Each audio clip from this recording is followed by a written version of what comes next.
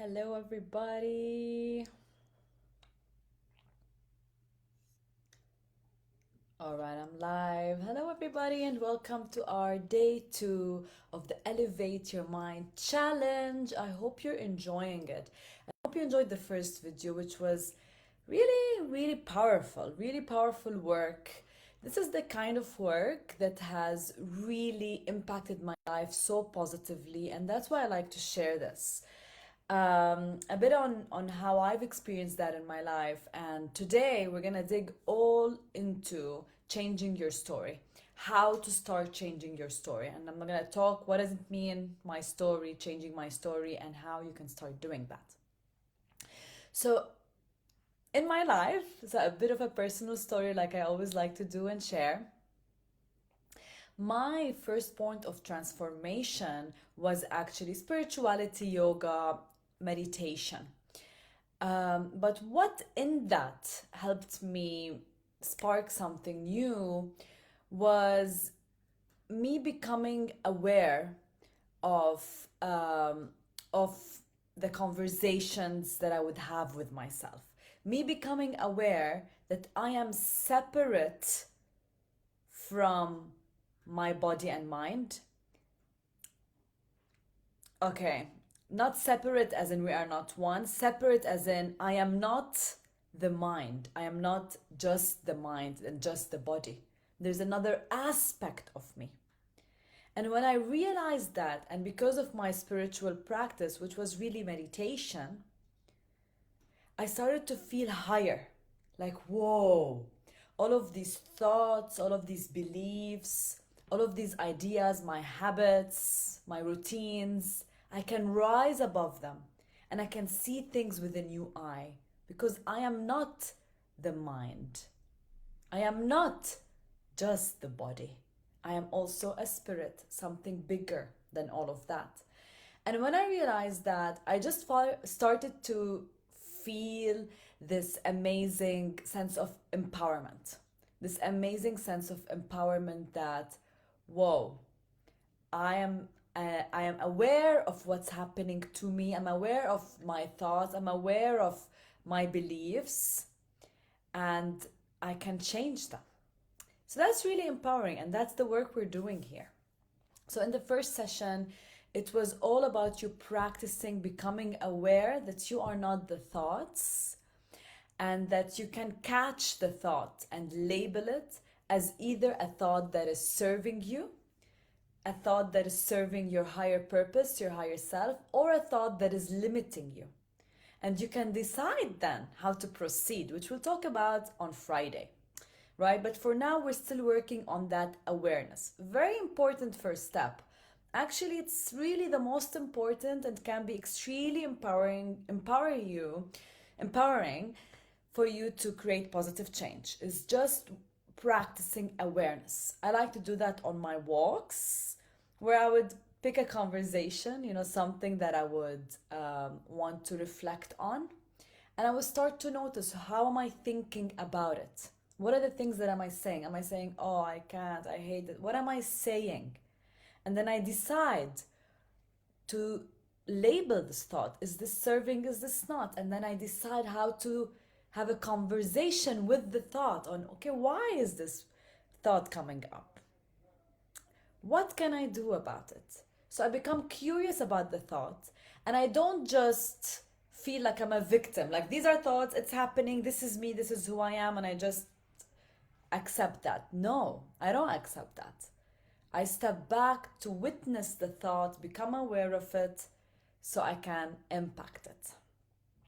So today we're gonna talk about, it's not gonna be a long session, but I'm gonna ask you to do some work which will really serve you.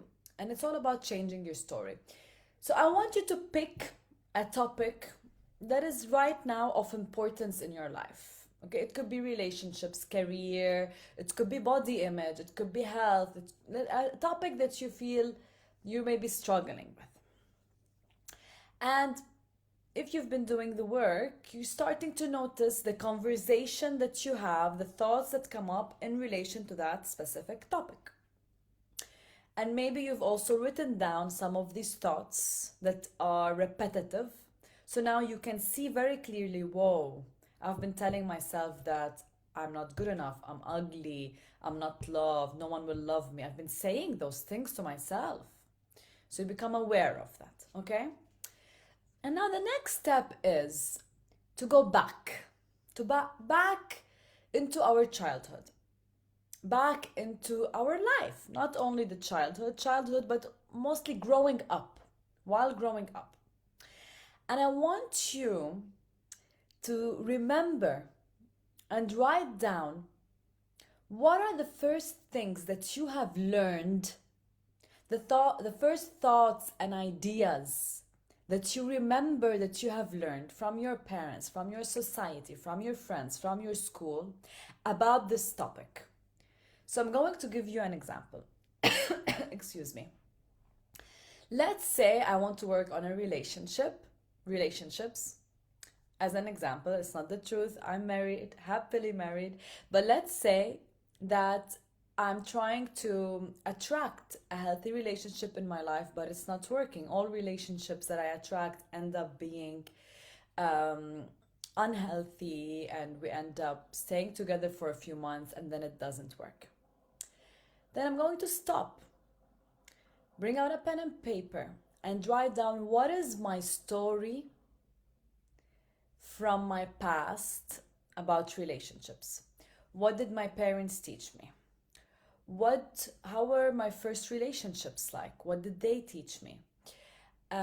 If I go back in my childhood, what do I remember seeing at home? Maybe in my parents, in their relationship, or relationships of grown-ups around me. What do I remember seeing? What was significant? What is my first memory of what it means to be in a relationship? What is the feeling that I felt throughout my life about relationship?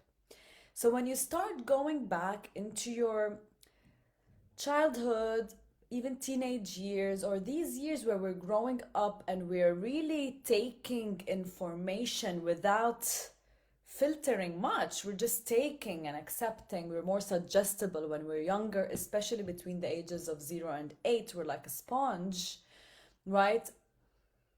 In those ages, we are writing our life story, our life script. And very often, what we write as a story when we are young, so imagine back to relationships when I'm young and I'm seeing my parents fighting the whole time. So subconsciously, I'm writing my story saying relationships are hard, relationships mean fighting all the time, marriage is difficult. If I overheard my parents saying something like, these kids, it's just so hard to take care of them, I just can't do this anymore, then again, I'm registering this as information. This is a story that I'm writing for myself. Having kids is extremely hard. And so I write all of these stories, and when I grow up, it becomes my story. It becomes who I am. I become a person who believes that relationships are hard, and if you're in a relationship, you are meant to be fighting the whole time, and I don't want to have kids because kids are always trouble. Becomes my story without me knowing why. And subconsciously, maybe I'm not even aware of it, it becomes my story. It becomes what I attract into my life. So often that's why you see people repeating patterns, whether it's in relationships, but you can apply the same concept to anything. I could give another example in a bit, but you would see patterns.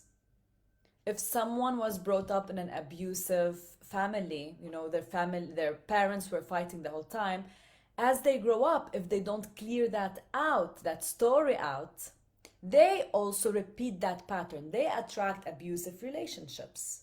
And they keep repeating that pattern until they break that pattern with awareness and with a bit of the work, what we're doing here. Of course, we're on the surface, but it's still good work, right? We're breaking that pattern. So your story, what you've seen, what you've learned, the conditioning of your society, of your parents, of your home, growing up, it becomes your story today. Today, no matter how old you are, 30s, 40s, 50s, no matter what, this is your story until you become aware of that old story and then you realize that it's not yours. You can change it. Okay? So, your step, your journey for the next week, my invitation to you, I've done this so many times, it's amazing, is writing down your story with regards to a certain topic of your interest. If you don't have a certain topic, let's say, I'm not sure what I want to work on, then you can just write your story with the most significant things that happened in your life. The most significant things you remember. Maybe you remember a fight that you saw at home. The good things and the not so good things, right? A fight that you saw. Maybe you remember your parents fighting a lot. Maybe you remember that you're very close to your siblings. Maybe you remember that a special moment where you felt embarrassed at school and it was a big moment for you and you were very sad for a whole week. Just writing down significant moments in your life. And just writing that life script down, more and more top stories, top moments, top milestones in your life growing up, you start to see the patterns of what you're inviting into your life today. Okay? So, writing down your life story. I'm going to give another example. Another example, and I've been talking a lot about this, is career and money mindset. Let's say career. So let's say that right now, again, just an example, I'm someone who works overnights, overworks, and doesn't make a lot of money, but I'm working 12 hours a day, and it's really hard. It's difficult. I hate the job. It's just very drowning, all of that. Let's say that that's who I am today. Then I go back into my life story when it comes to career. What is the first thing I remember about having a job? What do I remember when seeing my parents in their careers, in their work? How did it make me feel? What was my perception of their life, of their careers, of their jobs? What were the first things that I learned as I was starting to apply to university and thinking of career? What were the things that I was told by my teachers or by my family or any kind of sense of mentorship or support that I got? Did I get any mentorship? How did I feel when I applied to the first job? What were the significant things that happened in the early days of my career? Okay? So writing down that story. And now, why is this important? When I write down that story and I say, whoa, my dad also worked 12 hours a day. I remember him telling me that you have to work 12 hours a day because if you don't, you'll not make enough money to make ends meet. I remember my mom telling me, it's not the truth, I'm acting now. I remember my mom telling me that that women can't ever make it to the top of the ladder. She always believed that because she's a woman, she can't make it to the top. And now I believe it too, subconsciously. So whether you think it's impacting you or not, whether you think it's important or not, write it down. Because you don't know consciously what is impacting you. You don't know. You really don't. You don't know if one statement that someone told you when you were 10 years old might still be impacting your whole life today and what you're attracting into your life in terms of your dreams, happiness, joy, money, career, relationships, and all of that. You don't know. Don't assume that I know how my parents did, I know that. That's not enough. When you write it down and become aware of your life story, it's very, very empowering. The act of writing your hand is like a bridge to your subconscious mind and to your heart. It gives you insights when you write. The power of writing is very insightful and allows you to reflect on your life in a new way. So, here's the task. You got it. Write down your life story or write down everything you remember, the stories about a certain topic that you're struggling with. That's all. That's all you're gonna do. And as soon as you do that, take your time with it. Don't rush into it, right? Take your time, set up your space to do that. You're just going to answer the question, what are the key insights that I get from that? And just trust that just doing this exercise is powerful. And it's sometimes already igniting a positive change when you become aware of that. Because then it empowers you that When a thought comes up, you say, whoa, that's the story. It empowers you to say, ooh, when I said I have to work hard, that's the story I was told. Oh my God, I didn't realize it. When I said that relationships are so difficult and anyways I don't want a marriage, they're always fighting. Couples are always fighting and they're never happy. Oh my God, that's my parents' story. You start to notice how your current thoughts are impacted by your past. And when you notice that, you empower yourself to change it. Only then can you change it. Alright, guys, I invite you to ask me any questions you might have. Just drop them in the comments if you have any questions. And I hope this is serving you and empowering you. So keep up and reach out for any questions. Lots of love to you all.